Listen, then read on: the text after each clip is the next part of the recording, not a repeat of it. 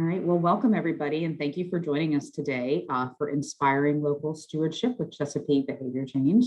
My name is Rachel Felver, and I am the Communications Director with the Chesapeake Bay Program here in Annapolis, Maryland. And I'm so thrilled to have my colleagues, Amy Handon and Steve Robbie, with me here today to walk through a brand new website that we are about to launch called Chesapeake Behavior Change. So now I just wanted to quickly present our speakers today that I'm so thrilled that they are here. Amy Handon joined EPA's Chesapeake Bay program in 2020. She's responsible for integrating social science into the Chesapeake Bay program, as well as overseeing several grant programs. Prior to joining the EPA, she worked for over 16 years with the National Park Service, coordinating the partnership stewardship goal implementation team. In both her positions, her work has focused on applying approaches that support the restoration and conservation of local natural resources through building engagement and stewardship in local communities. Amy has a Master's of Environmental Management from Duke and a BA Bachelor's in Environmental Studies from Dickinson College. Steve Robbie is the founder and president of OpinionWorks. For 10 years prior to forming OpinionWorks, Steve was Executive Vice President and Director of Research for a public affairs firm in Washington, D.C. Dating back to 1984, he began a market research career. He has managed and literally overseen hundreds of research studies. Steve is a sampling expert known for developing stringent methodologies that will achieve the truest possible representation of the population surveyed. His questionnaire design is well regarded within the community of research professionals. So we'll stop there, and Amy, I'll invite you to begin the webinar. Thanks, Rachel, and welcome everybody. And I wanted to extend a special welcome to those outside of the Chesapeake Bay watershed. I understand we have many of you listening in today, so a special welcome to you all. I'm Amy Handon from EPA's Chesapeake Bay program, and in today's webinar, I'm so excited to introduce a new tool with you called Chesapeake Behavior Change. And this tool is a culmination of several years worth of work by the stewardship goal team within the Chesapeake Bay program partnership in really understanding the role that people play in our bay restoration. And this work that our team has been focused on is really a result of new energy and enthusiasm and interest in the way that we're approaching our work. Because with over 18 million people in the watershed living, working, and playing, making decisions and taking actions every day that affect their natural environment, it's really critical for us to understand these people and their motivations and values and perceptions so that we can make sure that our bay restoration efforts are effective and successful. And so just like there's been so much rigorous natural science devoted to understanding the intricacies of the value of our ecosystem, we really also need social science to understand the people and their relationship with the environment to help guide the development of our efforts to make sure that our work is effective and long-lasting. And so our work on this project was driven by language in our most recent Chesapeake Bay Watershed Agreement that was signed in 2014. And this agreement sets forth goals and outcomes that our partners commit to in order to achieve a vision for a healthy bay. And so it contains specific goal and outcome language related to the importance that individuals and their actions play in our effort to restore the bay. And it specifically commits the partnership to increasing the number and the diversity of trained and mobilized volunteers with the knowledge and skills needed to enhance the health of their local watersheds. And so with this pivotal language to guide us, we began to think about how to measure progress toward this outcome. And we embarked on a process to develop an indicator to measure stewardship actions taken by residents all around the watershed. And while Steve is going to go into a little bit more detail about this indicator in his presentation, I wanted to give just a little bit of context because the data that was collected to create this indicator was the data that enabled us to create this powerful tool. And so in developing this indicator, we identified 19 residential stewardship behaviors, things like planting trees, installing rain gardens, picking up pet waste. And these were things that, when measured collectively, could indicate a level of stewardship for the Bay watershed. And so in 2017, we surveyed over 5,000 residents of the watershed, and we asked them about these 19 behaviors and whether they are currently adopting the behaviors, if they would be willing to adopt the behaviors in the future, and also how questions on volunteerism and civic engagement. And finally, we asked them some questions, some attitudinal questions about their perceptions about topics related to the environment. And so while this was tremendously helpful for us in calculating the baseline level of stewardship from which to measure our progress, we know that there are so many groups working really hard to develop programs that inspire residents to adopt voluntary residential stewardship actions. And we wanted to get this powerful data into the hands of these groups to help guide their work. So our team, along with amazing web developers and web designers at the Bay program, created what we feel like is a really powerful and useful tool for groups in helping them understand and motivate their residents to take voluntary stewardship actions. And it contains practitioners with information about how to develop behavior change campaigns and enable them to access this data to help them with their audience selection and behavior selection. And so while this effort that we're sharing today really focuses on the behavioral sciences, the development of this tool is really just one example of a larger effort within the partnership to build the capacity of us to engage in social sciences more broadly. And so we're currently working with some folks from the University of Maryland Center for Environmental Science on a broader partnership effort to identify other opportunities to engage in social science more broadly. And so with that, I wanted to turn it over to Steve from OpinionWorks. And I just wanted to note that Steve has really been a key partner in this effort. And from the very beginning, he's been such an invaluable part of our team, and we're so grateful for all of his contributions to this work. So Steve, I will turn it over to you. Actually, Steve, before you start, we did have a question that came in pertaining to the Stewardship Index, so I thought I would break in and ask that quickly. So one of the folks on the call is curious that 5,000 out of 18 million seems like a small sample size. How did you determine who to send the survey to? Great. Thanks, Rachel. That's good timing to introduce that question. And I just want to begin by saying a warm thank you to Amy for introducing me that way. That was generous of you. And Amy is in a great new position of leadership within the Chesapeake Bay program. And it's very exciting to see this commitment of the Bay program to social science. And Amy is going to be able to influence a lot of what is occurring across the partnership.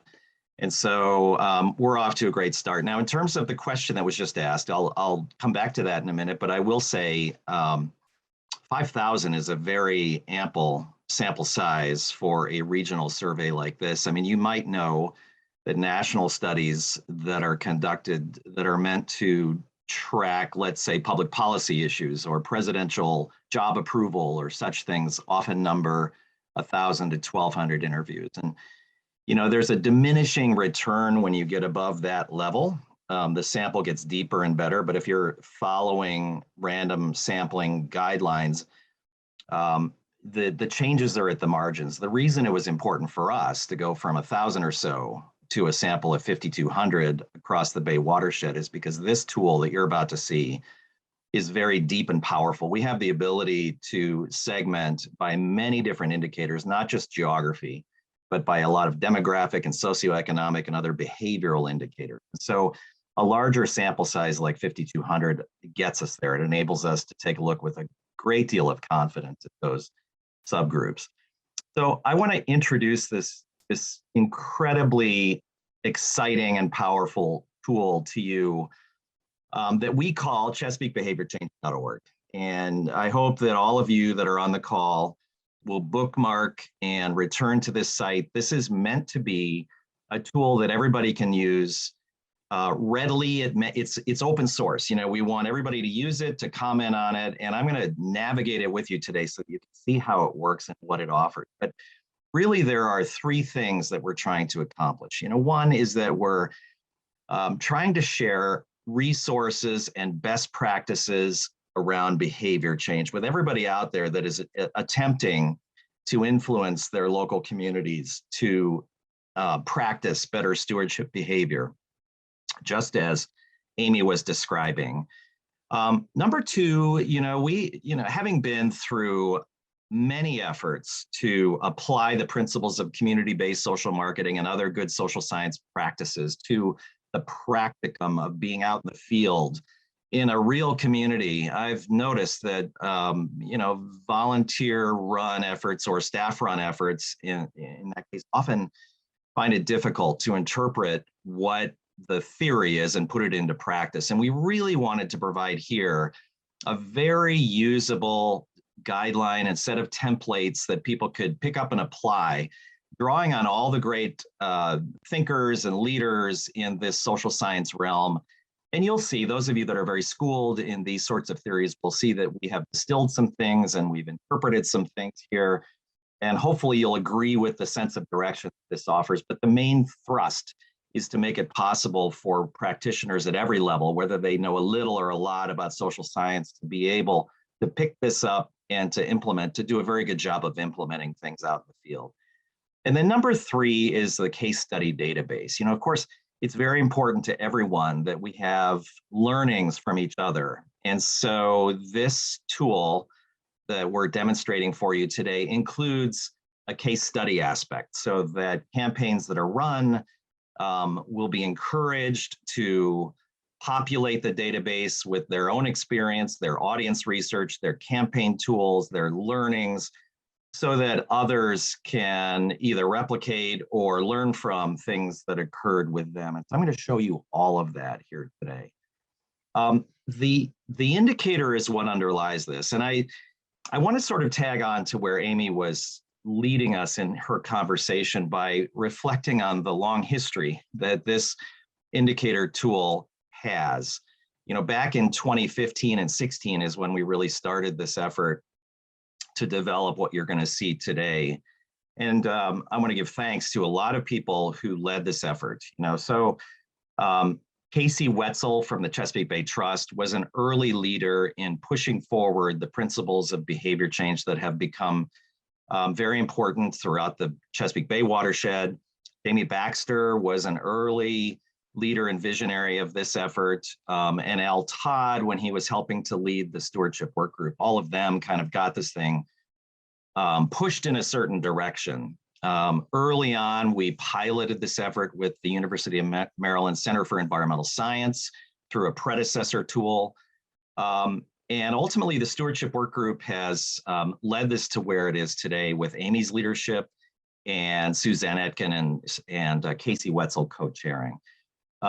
Big thanks go to the Bay Program's web team for bringing to life a very complicated tool in a very friendly format. So lots and lots of people have contributed to get us where we are today. And finally, I just want to kind of recognize others that I think are on this call today from the Puget Sound region, because when we were beginning some years ago, we took a very good look at the Sound Behavior Index and the experience that you've had in the Puget Sound and learned a great deal and are grateful to you. And you'll see in this work some reflections of what you had developed there prior to us.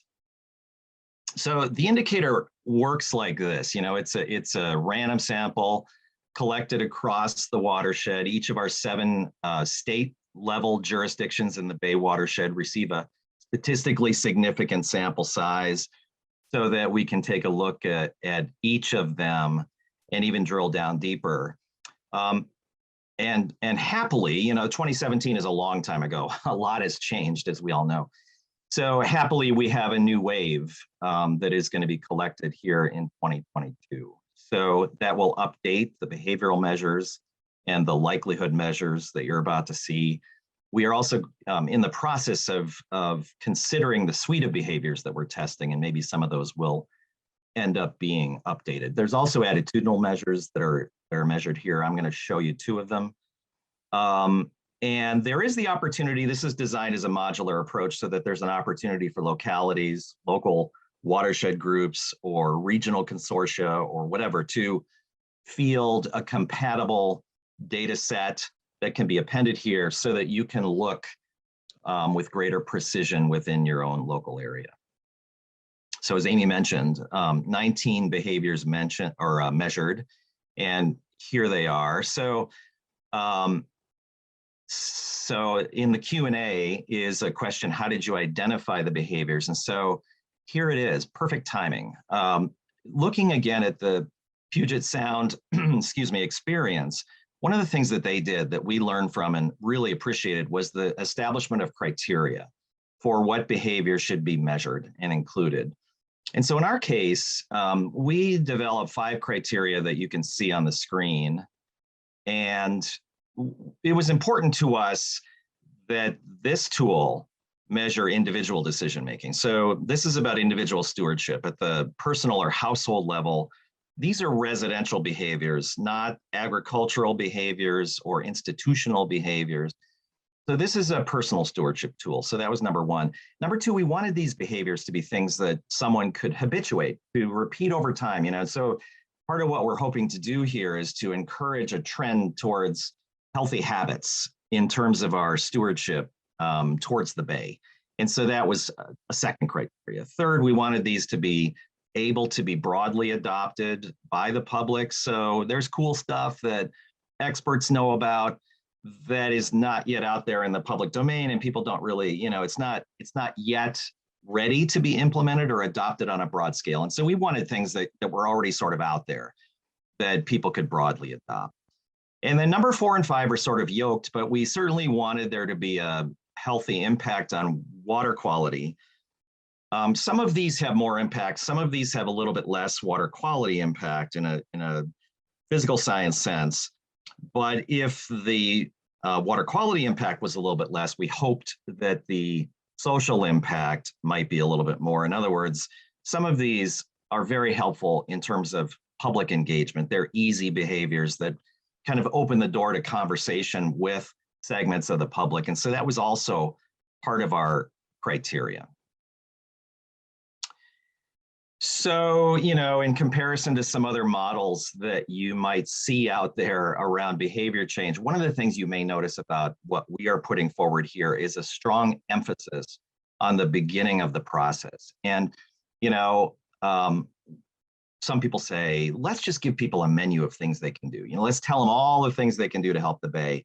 And that's going to give them choices. And so they can kind of zoom in and choose the thing that they want. But has anybody ever had the experience of being at the Greek diner, and there's a 42-page menu and you can't figure out what to choose because everything looks so good? I mean, I think that, it's well established in social science that we can give people too many choices, make it too hard for people to choose. And so one of the principles that guides us is that we want to encourage our practitioners to move towards a single behavior and then maybe move to the next behavior rather than offering people a big menu. So this tool is going to focus, we have a heavy focus in our 6-step plan on number 1, choosing the right behavior, and then number 2, prioritizing the audience segments that are most prone to adopt so that we can be really smart about targeting our resources. All of these steps you're going to recognize from other literature. People present them in slightly different groupings.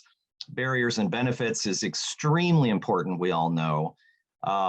And we will be emphasizing that, but we do want to make sure that we start off well. I mean, think about any effort that you've been involved with. Think about your sports franchise. Think about an organization that's trying to set itself in a good direction. The choice that you make of a leader or a keystone player or whatever it may be often sets the whole thing off in a positive direction if you make a good choice. And I think that same principle applies here. We are very focused on helping practitioners choose the right behavior to try to influence, the one that is going to make the most impact or be most readily adopted. And you'll see that's how this tool is set up. And then once they've chosen the behavior, we want to make sure that everybody does a good job of thinking about the broad audience that's out there in the community and who it is that we can zone in on to be priorities so that they can be more prone to adopt. Now, obviously in step 2, with audience prioritization, there are other factors in addition to the raw behavioral scores and likelihood scores that you're about to see that come into play. For example, considerations about underserved communities and equity concerns. And so we want to make sure that those are also brought to the fore. So one of the messages here is that it's not the score alone that's generated by this tool that should be driving our decision making, but it is an important guide and a help in this process. So there are 3 things that we suggest, and again, Casey Wetzel gets a lot of credit for pushing us in this direction, but the 3 things that you want to see at a pretty high level, if possible, in choosing your behavior are, number 1, the impact on water quality. So that's a physical science concept. And then these other 2 social science concepts, which are what we're calling opportunity, which you might think of as market share or inverse of market share. That's the share of the public who have not yet adopted the behavior. So obviously, more is better. I mean, if we have more people to work with in the opportunity group, we may have more impact. And then likelihood, you know, how poised and ready are people to actually adopt this behavior? And so you can have a great big opportunity group, but if people are not likely to adopt, then maybe that's not the right behavior. So we want to take into consideration as much as we can all 3 of these elements and try to choose the best combination of them. So the tool works like this. You know, there are basically 2 primary measurements for those 19 behaviors that we've looked at. And the first is adoption. Some of the adoption questions are a yes, no, like this one. Is your rain barrel connected and emptied between rainstorms? And so this is asked only of people that have a rain barrel. So people that have previously told us that they have a rain barrel are asked this question, if it's connected and empty. Consistently across the watershed, we find that about 1/3 of people that have rain barrels actually don't have them connected or don't empty them between rainstorms. So some help is needed to get the rest of those rain barrels connected and emptied. And so we take a look at the likelihood that that's going to happen among this opportunity group over here. So they're asked a likelihood question. 29% Baywide said they're very likely to start doing it. 32% said somewhat, and then the rest said not so likely. So naturally, these numbers can be elevated through interventions, and that's what community-based social marketing and other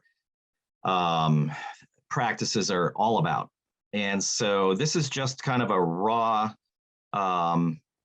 and theoretical approach to just sort of broadly see how ready people are.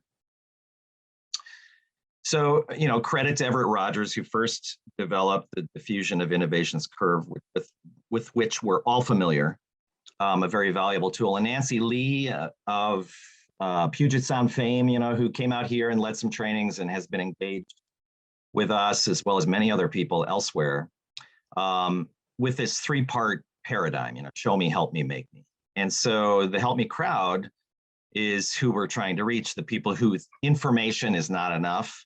They're not going to do it without a little bit of extra help.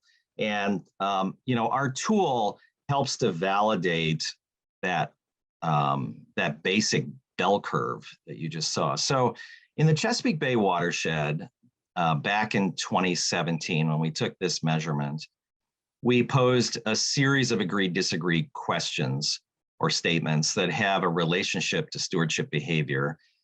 And this one, I want to do more to make local creeks, rivers, and lakes healthier. 71% agree across the watershed. And repeatedly over the years, I've seen in our research a well-intentioned public, a public that wants to do what they can to help, and a great deep love for the bay and its tributaries.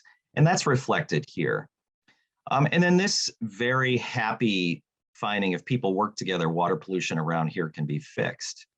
86% agree, almost 9 out of 10. So there's very broad optimism, which, you know, I would consider to be a good foundation for any sort of stewardship effort, is knowing that the public is optimistic and feels that we can solve it. So with that, I would like to take us to the tool. Is there anything in the Q&A that before I dive into the tool that we should address? No questions at this time, Steve. Go ahead. Okay, that's terrific. All right, so here we go. So let me just navigate it. And I do encourage, as Rachel said at the outset, that if this sparks any questions or concerns or wonders, you know, as we roll through this live tool, that you just express those in the Q&A so that we can address them. And Rachel, just break in, you know, if there's anything that people want to know right now that seems relevant. So here are the things that the tool does, which I mentioned earlier. We're going to be able to explore survey data, that big, deep data set that I talked about. It's a really cool interface in a friendly way that enables people to go in and explore the data and figure out what it says for their own behavior, their own community, et cetera. It has that aspect of being a primer for behavior change theory and has some helpful tools and resources that people can use. And it's got that case study database aspect to it. So you're going to be able to post your behavior change campaign here, but also see other people's, of course. And so that's really important. Now, I do want to say there's a contact us capability here. Our friend Olivia will receive these communications if you send them. So those of you that start navigating this tool, if you have ideas about it, ways that it can be improved or things you like, I certainly hope, we all hope, that you will be in touch with us through this methodology or direct contact if you want to do that. But we would love to get everybody's impressions of how this tool is working. So let me take you to a couple specific places within the site to show you what we have. So the first is behavior change. You know, we want to give a broad overview of what it is, and how it operates. So here we've got several resources that are clickable. Doug Mackenzie Moore's website is here. There's some other tools. We would love to have suggestions from people that are active practitioners of other tools that you appreciate that you think we should link to. So here on the behavior change webpage, we're going to try to provide an updated best practices resource library for people to be able to access to improve their knowledge. And then here are the 6 steps that we're recommending. So each of these is clickable. And within step 1 and so on, there is advice about what to do. Now, you know, this is a committee, we've written this together, and you may want to argue with some of the ways in which we presented things, and that's great. You know, we do hope that you'll suggest things that you think could be done a little differently if necessary. But hopefully the basic idea here is that we've made the principles accessible to people, and we're stressing the importance of choosing a single behavior that's not divisible and a behavior that's end state, meaning it's the ultimate and can't be extended any further. And so that's what we want in stewardship, is for those things to be true. And here are the concepts I talked about earlier: the opportunity, the likelihood, and the impact that are explained so that people know how this is organized and what we're suggesting in terms of how to select a behavior. We have today at least one tool, a worksheet that has been developed here locally by the Anne Arundel County Watershed Stewards Academy, that is available to use. But if people have tools that you really love that are simple and help people implement things, we'd love to see them. So feel free to share. And there are links to survey data here, which we'll go to in a couple minutes. So we're going to provide help around prioritizing your audience. And so we want people to think about their audience map in their community and to, again, think about their priority audiences against these criteria. The tool is going to help them figure this out because it has tremendous segmentation capabilities.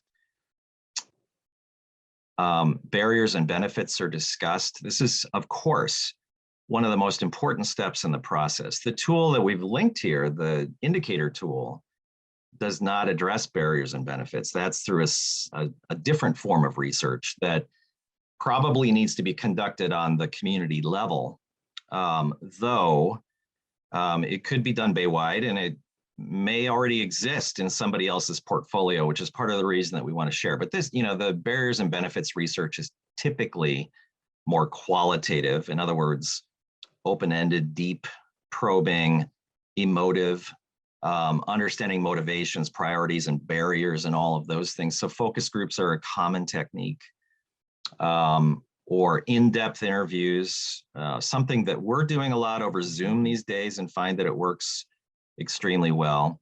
But there's some basic guidance here, and people can do their qualitative research themselves on a low budget, or they can bring in a technical assistance provider who can help them do it at a more high level. And so it's really based on resource and timeline and various other things.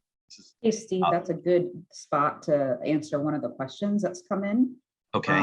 So one of the participants says, I struggle with finding support / funding / patience in the social marketing experience / lens to do surveys.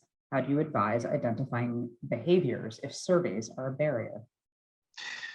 Right. So, one of the things that we hope we've done with this tool is provide a really powerful Bay-wide capability to select behaviors.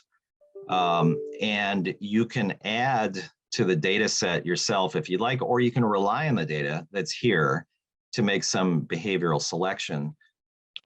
There is an active effort right now to look for funding and to help local practitioners amplify this data set. So you're going to be hearing more about that, I hope, in the coming months. But the tool that's before you is hopefully going to help a lot with behavior selection. On this more qualitative side, part of what we all want to do, I think, is build capacity out there in our network of Bay restoration practitioners. And so, me as an audience research professional and some of my colleagues who do this kind of work, I think are wanting to build up the capacity of local organizations.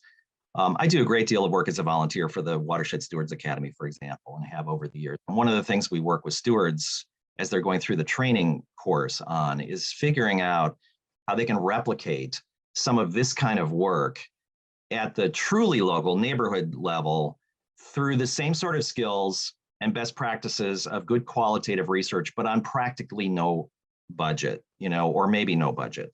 And so there are ways to scale this, and people like me are available to help everybody think about questions like that so that you can actually conduct good research. I think, of course I think this, but I think it's one of the most important things you can do is to understand your audience, both quantitatively and qualitatively. And so researchers are available to help with that.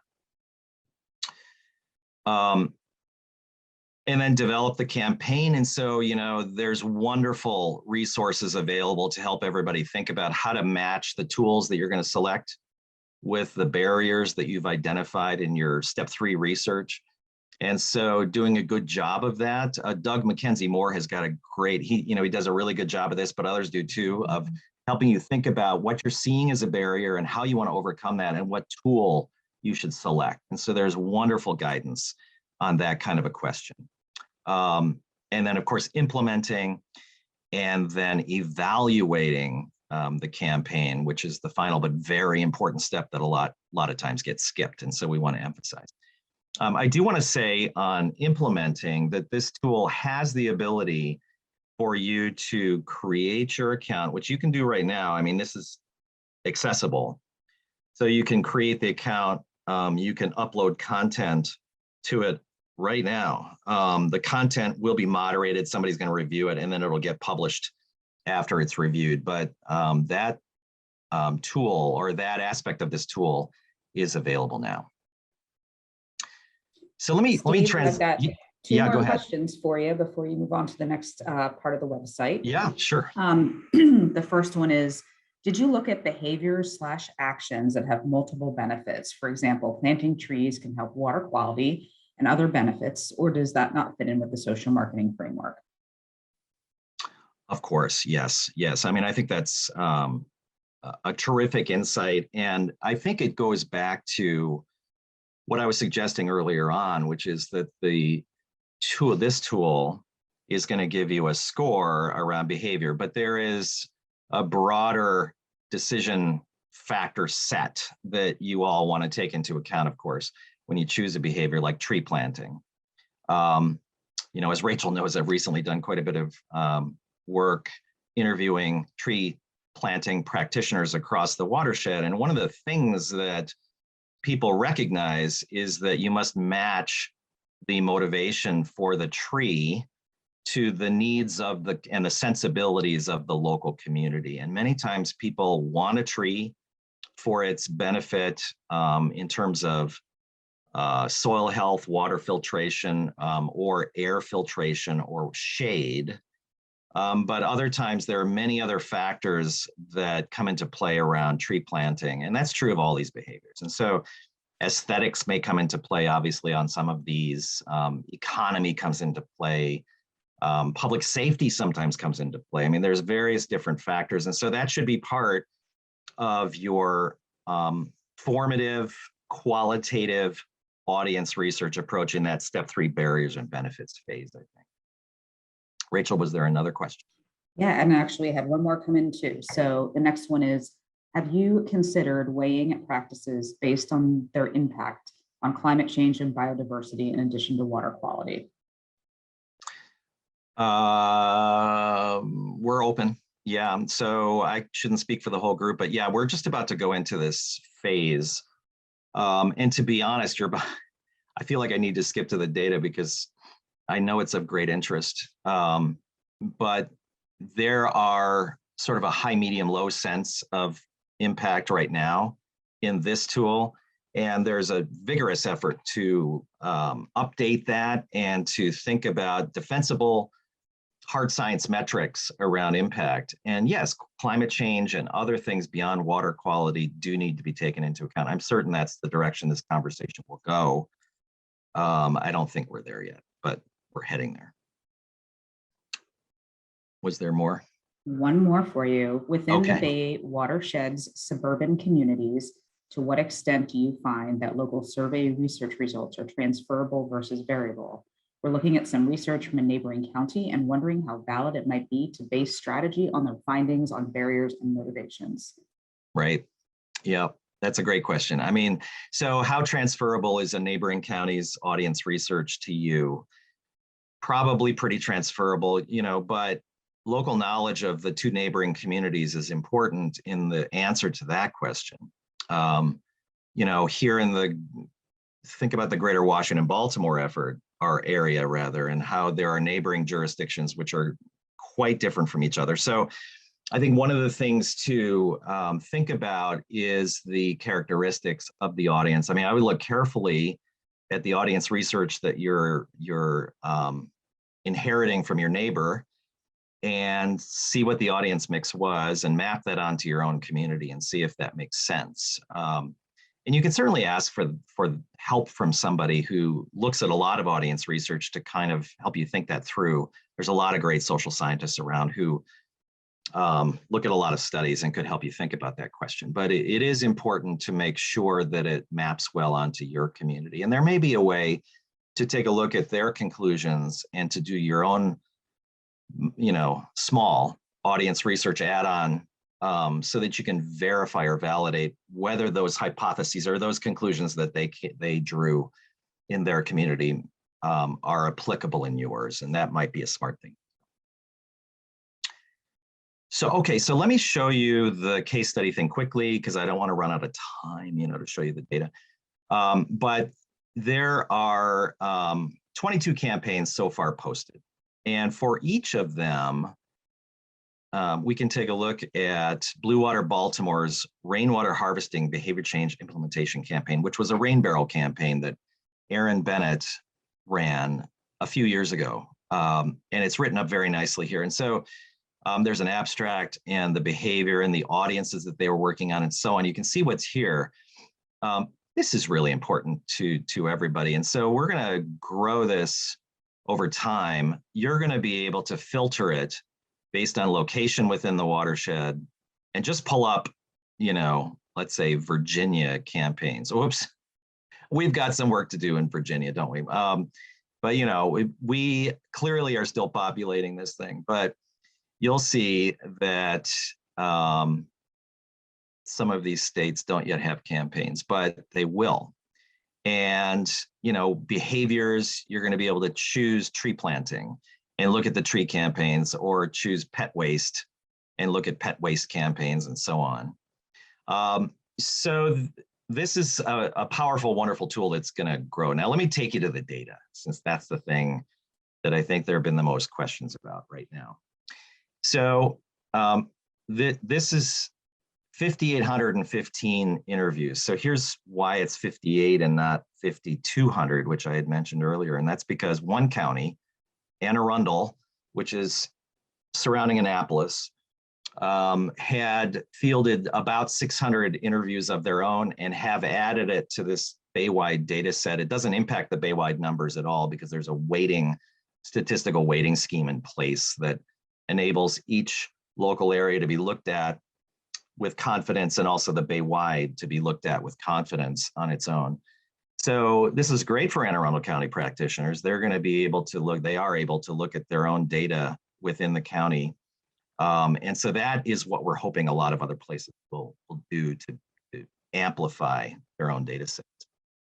So the 19 behaviors are listed in a descending order based on this behavior score. So I want to show you how that works. Let's take a look at the behavior data for this one, which is rain garden, created a rain garden.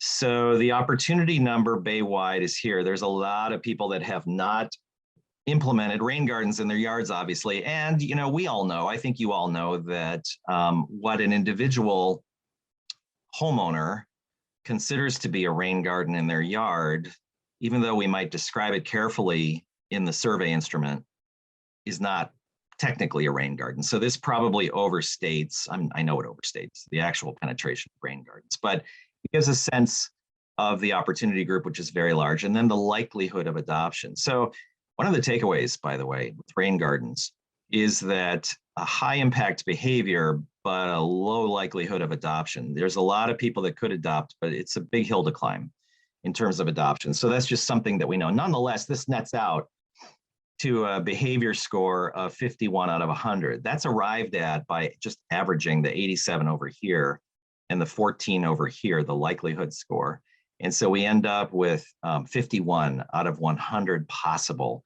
And that's the top performing behavior. Now, within any of these behaviors, we can take a look at a number of things. And so I would encourage all of you to just explore. You can't go wrong. It's easy to back out, if you start drilling too deeply. But, you could look at any of our states, and within them, you can look at some localities. And so we're looking at Capital Region and Central Highlands in Pennsylvania, and it's going to give you survey results for just that area. And so you can drill as deep as you want, as deep as the tool allows you to. But what it's going to do is it's going to give you a reality check about your strength of data. So this ends up, and when we drill down to this level geographically, we are left with only 374 out of the 5,800 interviews. It's still a pretty good sample size.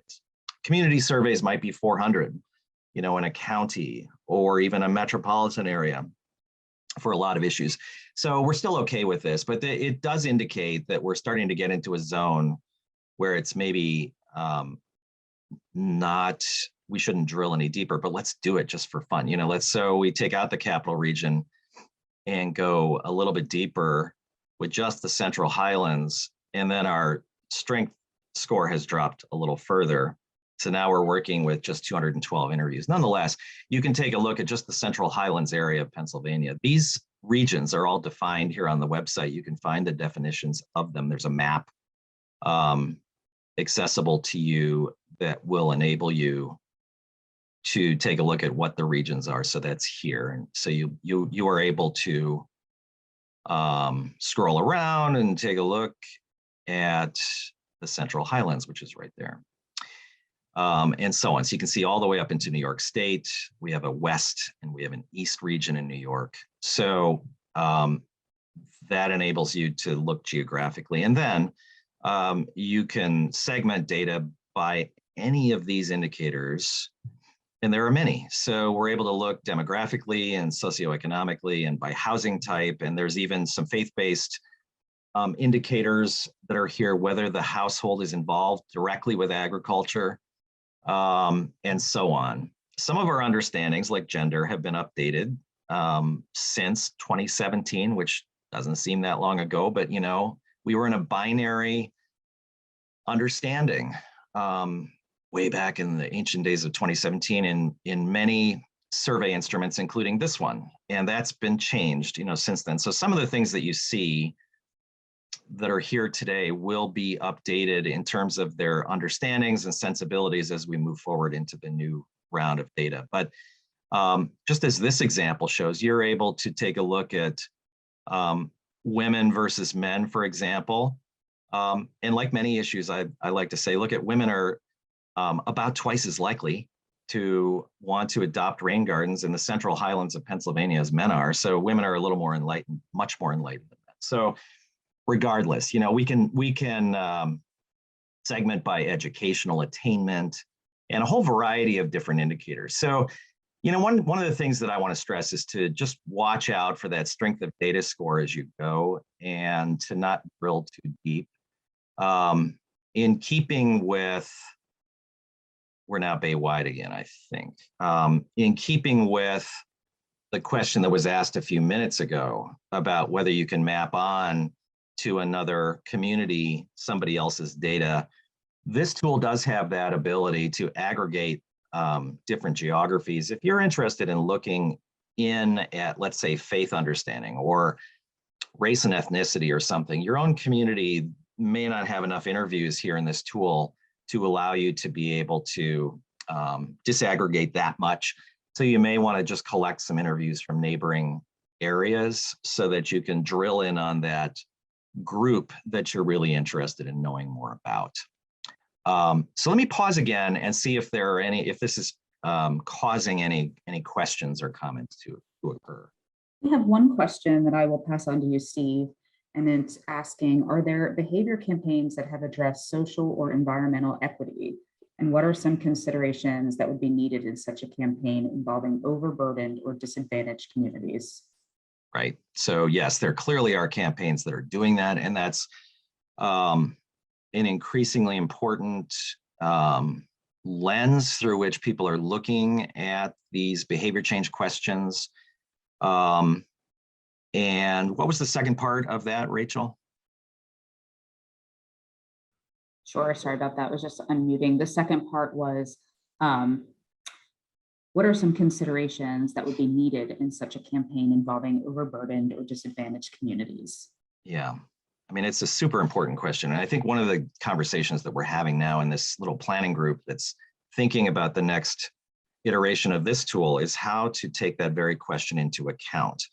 Because, you know, if you look at this tool, we're basing a lot of decision-making on questions of not just opportunity, but also likelihood. And so there could be community segments that are not reporting out, you know, in this tool as having high likelihood of adopting this or that behavior. Because frankly, there could be a whole long list of other concerns on people's personal dashboards, you know, that they're dealing with in life.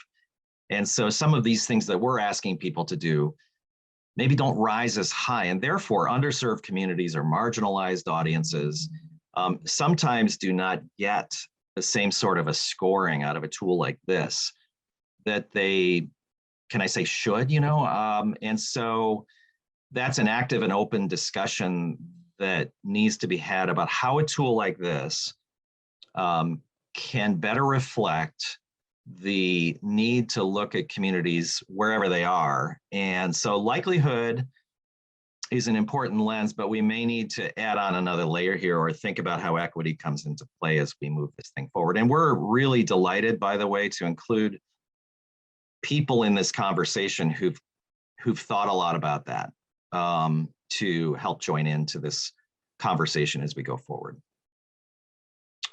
Rachel, is there anything else? Amy is answering what's come in. So if you want to go ahead, you've got another 5 minutes. Okay, so I want to make sure that everybody gets a good sense of what's here in this survey data section. So the other thing that is here, so you have the ability to approach these capabilities within the tool from different points of view. The other thing that you can do is you can download things that are of going to be interest to you. So about the survey, this tab gives you access to the full data or question set rather. So you may be interested to know what we asked in full. So the full questionnaire is here as a PDF. There's a methodology statement that's here also as a PDF. So you have a great level of detail about how these interviews were conducted. I do want to comment about methodology that, again, in 2017, we were interviewing by telephone in 2017. It was probably on the tail end, I know it was, of when people were conducting deep research like this just by phone. So for decades, telephone was the way in which you collected good data, and the public health community continues to use the phone very heavily, although I think finally that's also changing, but the CDC has relied on the phone for many years for public health, important public health data, and we've collected some of that kind of data. But we're updating methodological understandings, and we have done it. A lot of other researchers have done it as well by going to a mixed mode sampling. So rather than relying on the phone alone, where there's a huge non-response bias issue today, we need to blend in online sampling and maybe some mail sampling, both of which are going to come into play in the next iteration. So there will be some phone in 2022 here, but it'll be largely online and some collected by mail. And by doing a blended sampling method like that, we're going to be able to do a much better job than we would be able to do if we just relied on phone alone. So when you look at the methodology statement from 2017, you'll see a reliance on phone, but that has been updated.